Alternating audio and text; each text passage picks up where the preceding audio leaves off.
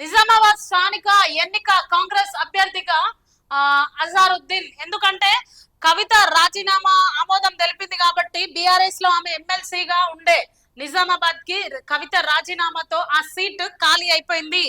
ఇప్పుడు బీఆర్ఎస్ లో, కాంగ్రెస్ లో, బీజేపీలో అందరూ కూడా ఏ అభ్యర్థిని పెట్టాలని ఆలోచిస్తూ ఉంటారు. అయితే చట్టసభల్లో ఆయన సభ్యత్వం లేకుండానే మంత్రిగా బాధ్యతలు అజరుద్దీన్ కి ఇచ్చిరు కాబట్టి ఇప్పుడు ఒక ప్రశ్న ఇక్కడ ఏమొస్తుందంటే కాంగ్రెస్ అభ్యర్థిగా అజారుద్దీన్ ని పెట్టబోతున్నారా అంటే మరి ఆలోచించాల్సిన విషయం. ఎందుకంటే కవిత సీట్ ఖాళీ అయింది కాబట్టి మరి కాంగ్రెస్ నుండి ఏ అభ్యర్థి వస్తున్నాడు, బీఆర్ఎస్ నుండి ఏ అభ్యర్థిని పెడుతున్నారు, మరి ఇక్కడ ఉప ఎన్నిక జరగబోతుందా అంటే ఖచ్చితంగా జరగబోతుంది. ఎందుకంటే అక్కడ సీట్ ఖాళీ అయింది కాబట్టి మరి ఉప ఎన్నిక పోరైతే అందుకోబోతుంది అన్నట్టుగా మనకి ఇక్కడ తెలుస్తుంది. కానీ కాంగ్రెస్ నుండి ఇంకా అజారుద్దీన్ అని అనుకుంటున్నారు, డిక్లరేషన్ అయితే చేయలేదు.